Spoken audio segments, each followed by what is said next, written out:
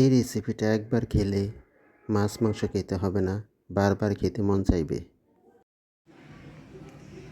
আজকে আমি রান্না করব কাঁঠালের বিচি, বেগুন,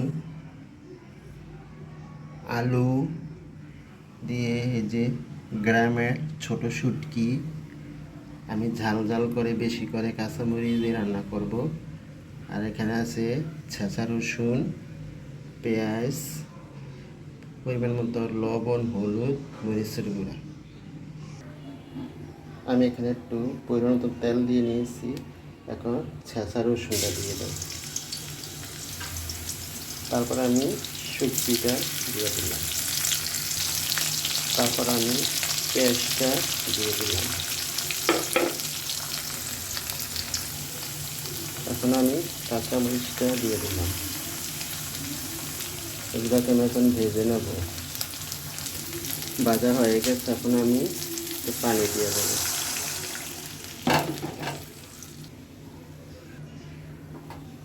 এখন আমি হলুদ, লবণ, মরিচের গুঁড়াটা দিয়ে দিলাম।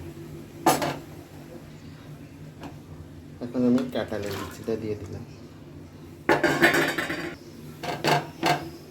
আলুটাও দিয়ে দিলাম। এখন আমি বেগুনটাও দিয়ে দিলাম। এখন আমি আরেকটু পানি দেবো, এটাতে আর কোনো পানি দেব না।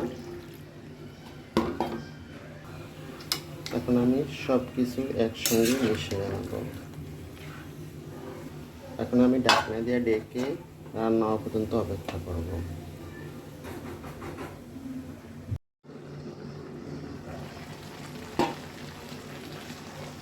এই তরকারিটাকে আমি আরও শুকনা শুকনা করে নেব, কারণ শুকনা শুকনা করলে কিন্তু তরকারিটা খেতে কিন্তু অসাধারণ লাগে। ফাইনালে আমার শুটকিটা হয়ে গেল। কেমন হয়েছে আমার রেসিপিটা কমেন্টে জানাবেন।